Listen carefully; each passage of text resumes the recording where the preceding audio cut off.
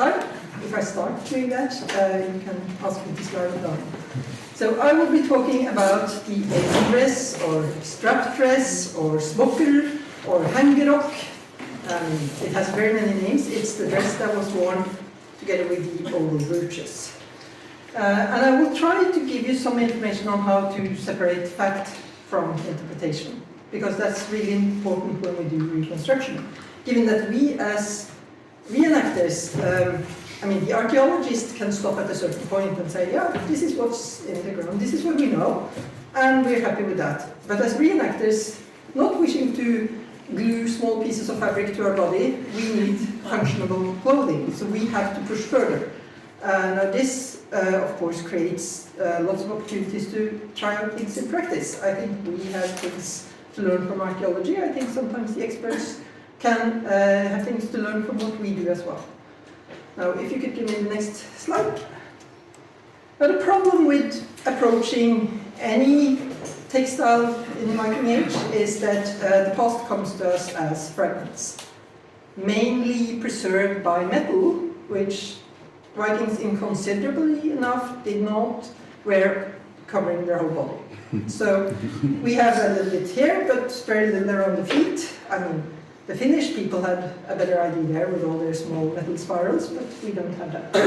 So we have fragments. It is kind of like having a puzzle, where somebody has stolen somewhere between 85 and 90% of all the pieces, and then they stole the picture on the box. So you have no clue whether the blue piece is sky or ocean or perhaps a blue flower, as you try to puzzle things together with some sort of end result in mind.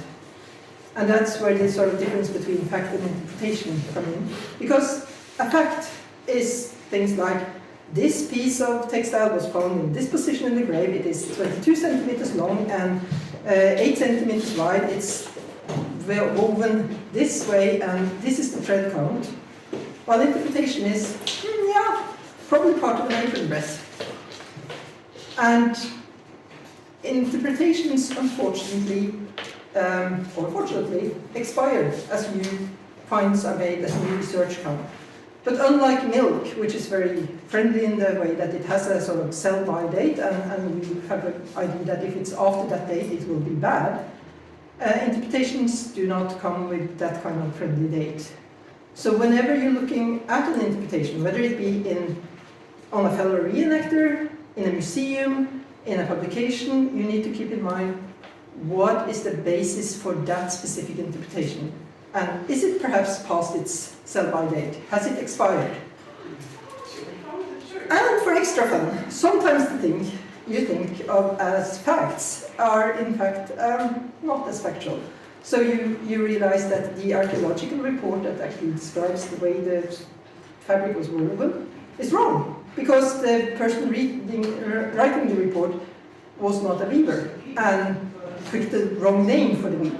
Or, like in the famous Iconography 581, where the facts didn't change, but where we had what was an interpretation that everybody thought of as a fact, that the person in the grave was a man. And DNA and osteology says different. That is us realizing that gendering the grave just because of the goods in it is always a sort of game of probability. Usually you're right, but not always. And then the final consideration, of course, even should we find a fully preserved, perfectly dressed Viking woman with her apron dress, we would only know how one apron dress looked. And people do not, generally, unless you believe in zombies, dress themselves for the grave. So they are wearing whatever the people burying them wanted to dress them in for the afterlife. That is something we never get away from. But this is what makes it fun. So if we can, I mean, I'm a textile nerd, so usually I view these things and other metal things as they have one task, and that is to preserve the real treasure in the grave, that is textiles. But other people do care a lot about them, and grudgingly I've started to care a little bit about the central jewelry that's worn together with the apron dress, and that is the oval brooches. And these brooches, they start kind of before the Viking Age, but by the Viking Age they develop into something that is pretty standardized. They have standardized patterns that show up. And there are some patterns that are more popular than others. So there is something called the P37, and those are random numbers dependent on which number in a catalog made by a person called Peterson had, but that's why we're calling them P something. And he didn't get all of them, so later there was another one, so that's where the JP comes in. But P37, and then later something called P51, are what I term IKEA brooches. Everybody had them. And then there were some variations and some differences as well, but they are the most popular ones. They are usually worn in pairs, sometimes before Viking Age, sometimes as three, so this is a Merovingian grave, where there's one a pair. In a few graves as well in Viking Age, they are worn as possibly a tunic brooch or something singular, but that's, at least I know of only 6 instances. And they're usually worn in, this is Advicle Street, close to the clavicle on the body, in the cases where we find them together with enough of a body that you know the position. Sometimes they're worn, or they lie lower down. That's often when the body has been buried in a sitting position, because as flesh rots and your breasts rot, that creates a room where the brooches can fall down further down. So who wore them? That's, I mean, we know they're there. They're one of the more factual things because they don't rot in the grave, but what does it mean that somebody wears them? What status do they have? Well, what we do know is that already in 1985, before a lot of metal detecting was taking place, there was more than 3,600 brooches found in brooch finds in Scandinavia and other places where Scandinavians had settled, like UK. And that means that we're not looking at something worn by kings or queens. We're not looking at something worn by the very highest level of society only, because there's too many of them. Also, with a single exception that I know of, they're mostly in copper alloy, not in silver, not in gold. Some put gilding on them to, show that, I'm very rich and important. Look at them, they almost look like they're made of gold, but they're not. They're sometimes repaired really badly and still worn. So what we're looking at is something probably what we call upper middle class, perhaps. There's also this poem from Rikstula that talks about there's a god, he walks around, he visits different families, have sex with a wife, have children, and these are making the classes of the people. So first there's the trolls, and then there's the free farmers. And in the verse talking about the wife in the free farmer family, there's this verse where she sits, she has a sveigel, something winded on her head. The Smokkr was at her breast. Smokkr is possibly what they would have called the apron dress, best name we have at the moment. And she has some duke, something at her neck. Could be a neckcloth, could be something else. And she has the dwarfs on her shoulder, and that's the poetic for the brooches. And that's the free farmer. So prosperous farmers, probably. This also fits well with some mappings of old brooch finds that, at least in Norway, show them showing up very much more in prosperous farm areas where there's good farming land. Who in the family wore them? We still don't know, but looking at grave lengths from, for example, Birka, it's the longer graves, the grown-ups, that mostly have them. Possibly something to do with marriage, possibly something to do with the status of husfru, the lady of the farm. They're often found together with keys, but not always. But keys are very often found together with them. There's also one examination of 800 graves, where 50% roughly has one or more oval brooches, 15% have oval brooches plus a third brooch. Now, of course, the graves with no oval brooches in them are easier to miss in the field. So we shouldn't take it as sort of 50% of Viking women were wearing these, but it still shows us that they're more common than the very few very rich. They were probably taking other type of dress. So now on to the good part, the textiles. And the first place we are looking is Birka, is in Sweden, because the first archaeologists were a little more than treasure hunters. They were focused on stupid metal things, mostly gold and precious metal. So if they found textiles, they were sort of like, icky thing on my beautiful metal thing, let's throw it away. So if I ever get a time machine, I want to have a couple of people with me when I go to talk to some archaeologists. Really, thank you. But at least Stolpe will get to survive. That's the one who excavated Birka, because at least, although he made very nice grave plans that had no information on the position of the textiles on them at all, just the metal, he stored the textiles. He didn't throw them away, so somebody else could actually look at them. And that happened roughly 40 years later. So if you give me the next slide. Agnes Geyer was the first to really look at what the textiles are. She were mostly focused on cataloging all the finds. So she put more effort into thread counts and where could these fabrics come from than into the theories and interpretations of what garment. But still, she worked with the material, and we were all standing on her shoulders when we worked with these garments. What she noted was, and this is the fact side, there's lots of small loops inside the oval brooches. They're mostly linen, some wool, but of roughly 105 graves, there were only one or more wool loops in 14 graves. So often made of linen, sometimes silk, also not that common. And she thought that, yeah, you know, here is a loop, it has little bits of the dress. Here's a tear, probably from the brooch cutting it, so something like this. A loop 6.5 centimeters long, hanging, and then you have the dress. She also noted that from the finds she found, there were no seams and no sort of shape, cut to shape the garment. So her theory was that, yeah, this is a garment made from a rectangle, just taken off the loom, and you put some loops on them. Looking at other finds, there were not any other Viking finds really to compare with.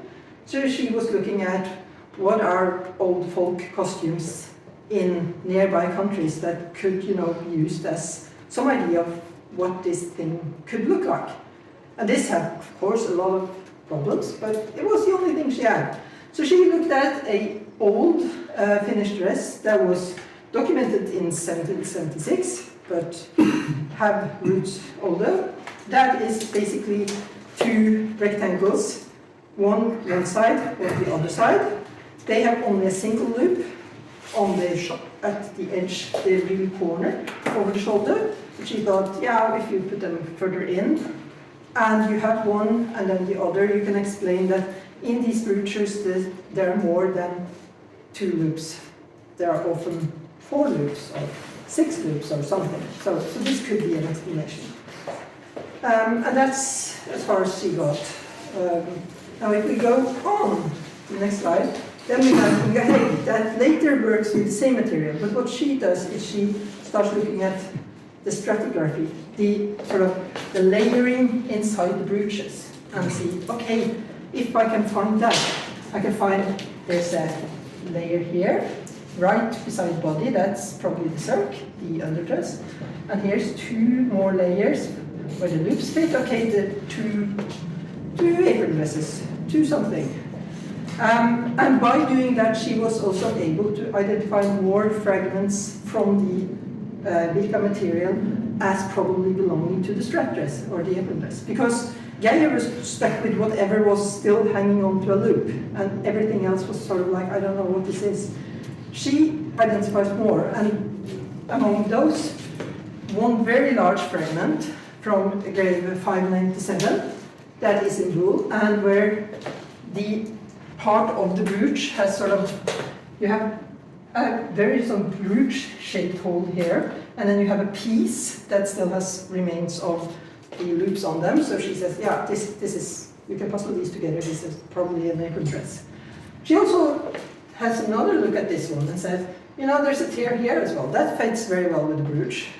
And looking at this as well, the loops are probably shorter. So the brooches go down onto the dress, not hanging up here, sort of 6 centimeters. And this is how anyone else mostly will be using them now, because there have been, although I won't show everyone, every find, but there's finds from Western Norway among others where you have this, but you have the whole loop as well, has been preserved. So you can see that probably this moves more towards fact than interpretation. She also noted one thing more, that the level of the fragment in the brooch is very often horizontal. And she said, okay, but if you have something that sort of have a big opening and a flap out here, and you line the grave, it'll probably point a bit downward, so you should get something that goes this way until you hit the loop, and then hangs a bit down on your side. And that doesn't happen, so probably they were held close to the body. And in her first theories in 1974, she said the wool dress was probably closed. The linen might have been open, as Geyer suggests, but probably held together with a belt of some kind, some fabric. Later, when she revisits it, she thinks both sets are closed. So she introduces the idea of a simple tube, and instead of looking forward to a dress documented in the 1700s, she looked backwards and says, well, you know, we have the Hilde find from far beyond, before the Viking Age, but that is a simple tube of fabric held, fastened at the shoulders, sewn together, we think possibly. That's a better place to look for what this could possibly be. Still, lots of interpretation, not that much fact, because she has limited material. So, going on to the next one. Yeah, even the largest piece we have at this time is 22 centimeters, runs from brooch to brooch, and not very far down. So it doesn't tell us a lot about the shape of the garment, or the length. We can say, of course, that wearing miniskirts in winter is probably not a good thing, so probably this was not, very, very high up, but we don't really know. So it's very tempting to look at iconography when trying then to find out what kind of garment are we talking about. Of course, this had its own problems. This is from the Oseberg tapestry. She, at least, is wearing something that's possibly an apron, a sort of old brooch on her chest. This is from a picture stone in Gotland.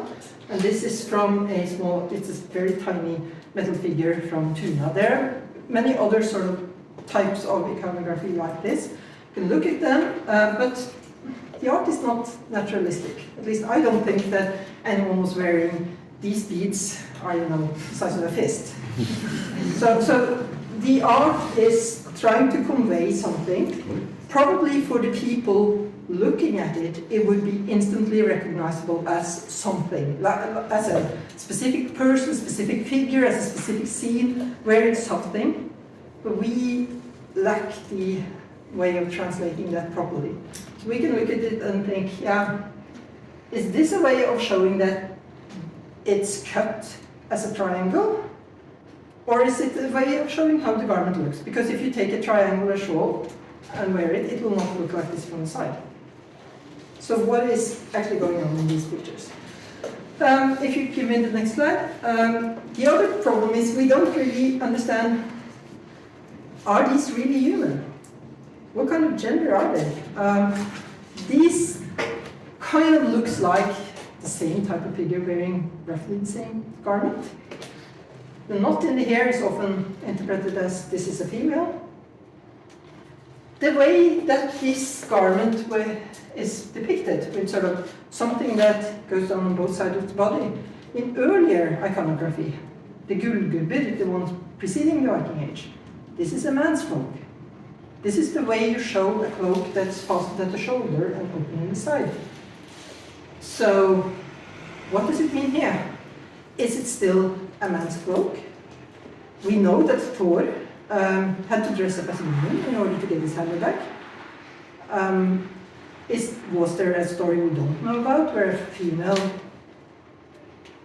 mythological figure had to dress up as a man? Is this not really a man's cloak? Is it we don't know. And that is kind of also something, or is it a specific figure? And how much can you also take from this and say, yeah, the average Viking was dressed like this. I mean, we don't say the average medieval person was dressed like Jesus on the cross. We do find crucifixes, and these are more in the terms of amulets, perhaps. They're showing something that's not necessarily the neighboring woman from the farm. Who knows? But we're still using them, and here we have Flemming Bau, who's an illustrator. So he takes another sort of shot at interpreting the Birka evidence, and he starts with the iconography as his starting point. And he looks at them, different figures. This one has disappeared since. Here's the one with the possible cloak thing. And he looks at them and he says, yeah, I don't see any side openings. So Geir's open in the side. No, I'm not buying that. I see a lot of different things going on here. So this looks like there's a lot of separate garments that they're wearing. And he looks at the F, G, H, and I. So this one, and this one as having something that goes from the shoulder down to the floor. And he says, possibly, you know, a separable train, something hanging down your back. And this one, and this one, and this one has something hanging down in front. So does this, there's something here. So perhaps a sort of extra apron thing in the front.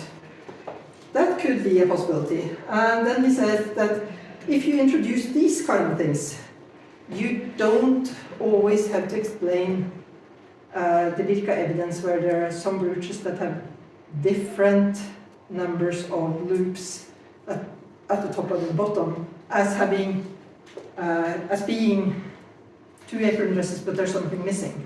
Now, we know that some of the loops that is extra loops in the brooches are probably tool bands, because Hegg already analyzed it and said all the silk loops, exception one, are at the bottom of the brooch, front of the dress. These are probably tool bands, something we wanted to show. It's not just a tiny little loop made in silk instead of linen. But some of these could be extra apron dresses. Now, Bau introduces the concept of some of these being either a train hanging down or a separable apron.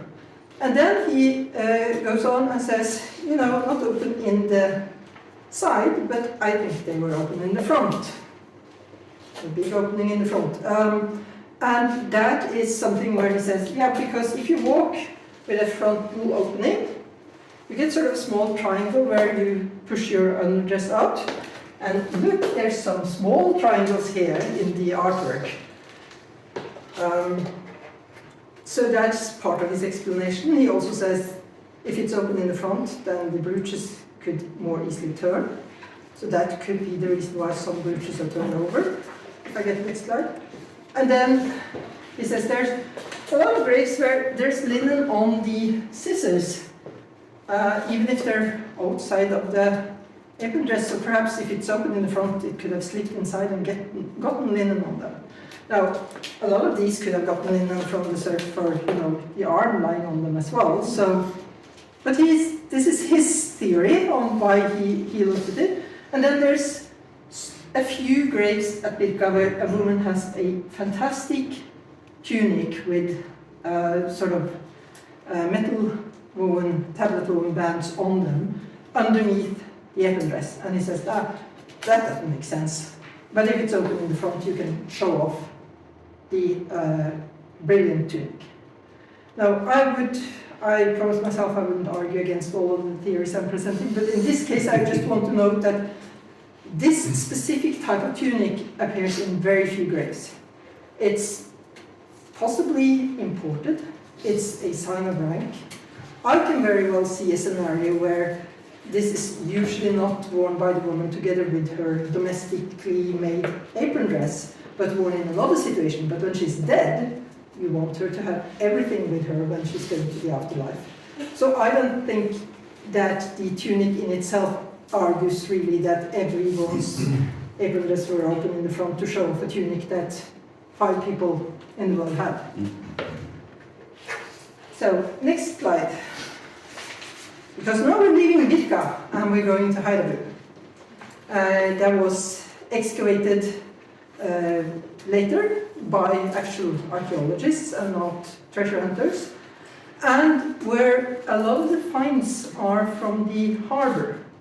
So they're not found in the graves, they're pieces of garment that has been ripped along the seams, put in tar, sometimes wound to make torches, sometimes stuffed inside boats to keep them from leaking, and then the boats were sunk. So the water and the tar has preserved much larger fragments than we find usually.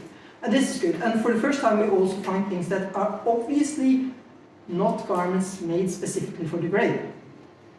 Now the downside of this is, of course, that this is truly a puzzle piece. You get a piece of fabric and sort of sock, hat. What is this? It's not on a body. You have no idea what position. You have no idea who wore it. Man, woman, dog. So you have to put a lot of more interpretation into the fabric and the things. But still, this gives us a glimpse of what ordinary clothing could have been. So if I get the next slide. So one of the pieces, I think, yeah, it's there. It's slimmed itself down a little bit, but this is a sort of wedge-shaped piece with a separate piece that would have gone together. There's a very narrow dart here with a braid on it that's extremely small, and it has some wear signs here. Now, Heg thinks, and here's interpretation, she thinks this is part of a strap dress. It has sort of the wedge shape.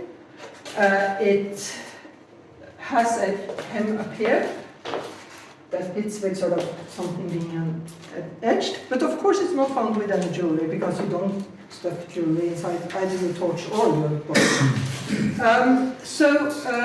If we accept this as a possible strap dress piece, then it provides a lot of information because it has traces of seams along both sides. So this is from a garment that were made from several pieces of fabric sewn together. It has a wedge shape, so it would be tight and tear out. So this is slightly more tailored. This is not just a simple tube, and it's also fairly clearly would have been closed because if you tailor it like this, you would probably not have an opening in the front. She thinks it might be a piece from the back or the side of the body and would have been used together with others to make an apron dress. So, next slide. Then moving on to another place in Denmark, Kastrup. That was excavated in 1980 to 1981. So by proper archaeology, although unfortunately a lot of the pictures and stuff from the excavation has been lost, which makes it a bit difficult, and where there is found some very interesting fragments. If I can get to the next slide. So here is one large fragment. It's put together with an apron, with a brooch. The brooch were here, and here is sort of the small remains of the loop. So this is an apron dress. This is not, you know, looking at Hilde where it could be. This is something that would have been part of the strap dress. It's thrown together with the brooch in that context. The other interesting thing about it is that it's so large that it would not have been open in the front, because given the placement of the brooch, it would have covered parts of the side, parts of the front. This is the dress that was probably closed. Now, one could argue that, but it could have an opening on the other side, the part where you don't have it, except that here is a seam connecting two selvages. And if you have a garment, you do not sew together the selvages and then cut it open somewhere else unless you want the weaver that made it to kill you slowly. so it's an indication. It's not total proof because it doesn't go around the whole body, but if it were to be an opening, surely they would have used the selvages for that. The bad part is that, unfortunately, since the pictures are lost, it's not total agreement whether this was the right brooch or the left brooch that actually held this, and that means that the pleating is either in the front or under the arm, depending on which brooch. But that doesn't change the fact of how the apron dress could have been interpreted. Here you see this sort of small outline of the piece. Still shows us how much is interpretation. Because the whole entirety here, even, first of all, it's interpretation that I put the pleating in the front, but also the whole rest of the dress is interpretation. It has no basis except educated guessing. Okay, and then finally I want to just go slightly to some finds in Western Norway that was excavated. Again, we're talking late 1800s. But next slide. But they came to light very recently because one way that experts find new evidence is that they go excavating inside the archives of the museum or of the storage. So these are finds that were analyzed in 2011. And by Lukasova, who she took out the textiles and then was sort of like, okay, there's no archaeological report, there's nothing about where they were found.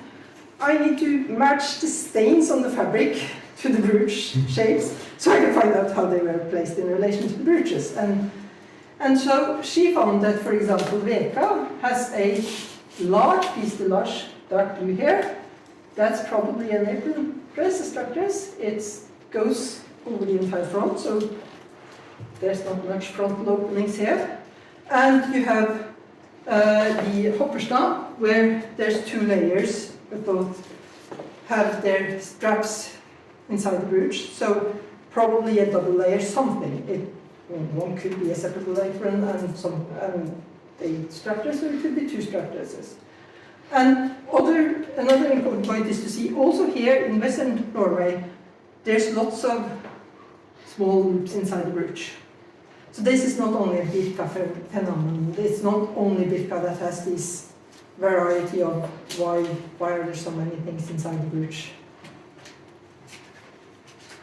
So then we take a quick journey off the beaten track. Because there is, yeah, I have to.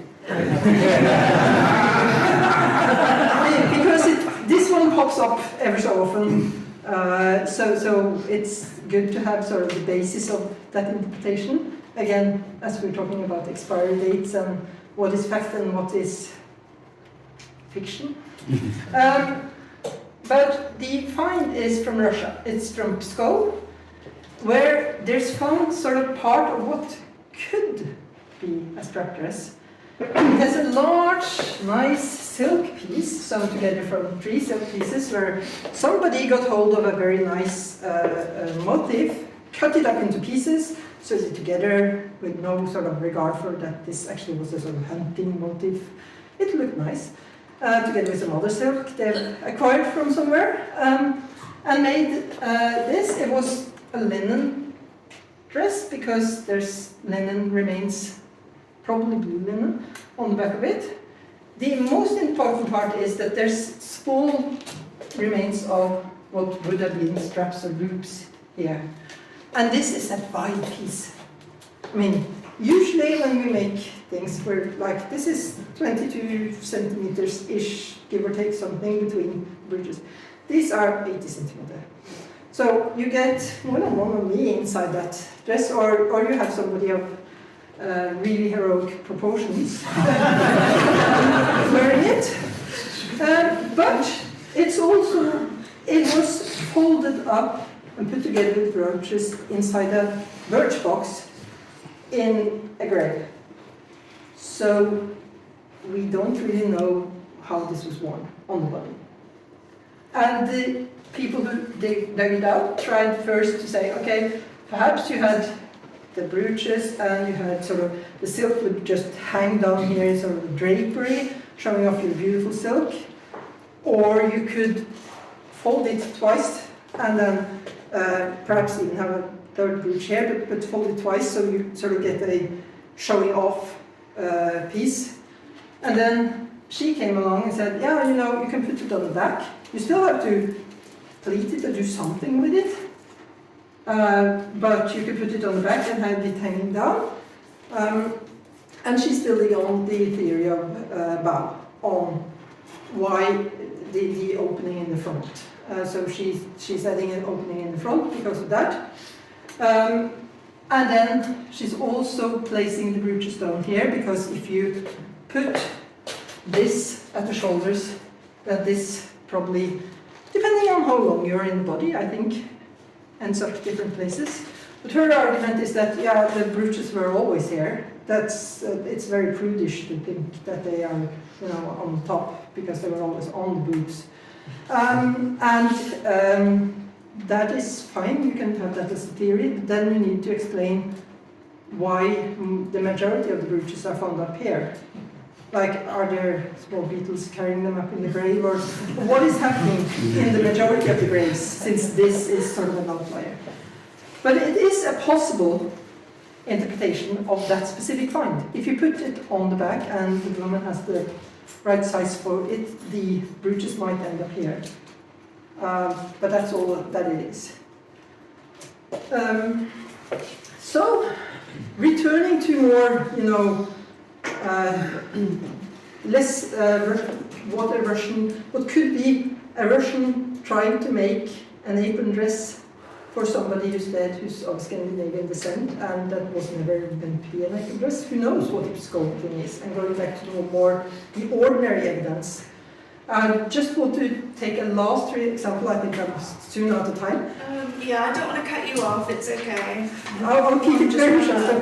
But I'm talking about expiry of interpretations. Now, the Värn's find has the fantastic grave plan of a circle with a cross, because it was dug out during the war because the Germans that occupied Norway wanted to expand the airport, and there were some grave mounds in the way. So it was dug out by soldiers, and they made a sort of, here lies the spot.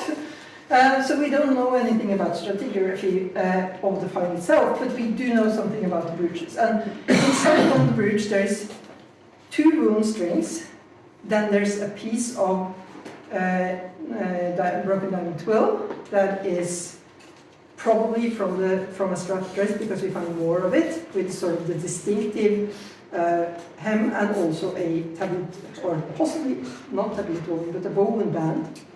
And then there's a linen loop. And Blindheim, that interprets it during 1945, she looks at it, and the only theory she has is Geyer. So she needs to find the second strap dress. There needs to be two dresses inside. There must be a linen dress that has disappeared. And that linen dress will probably sewn to the linen strap.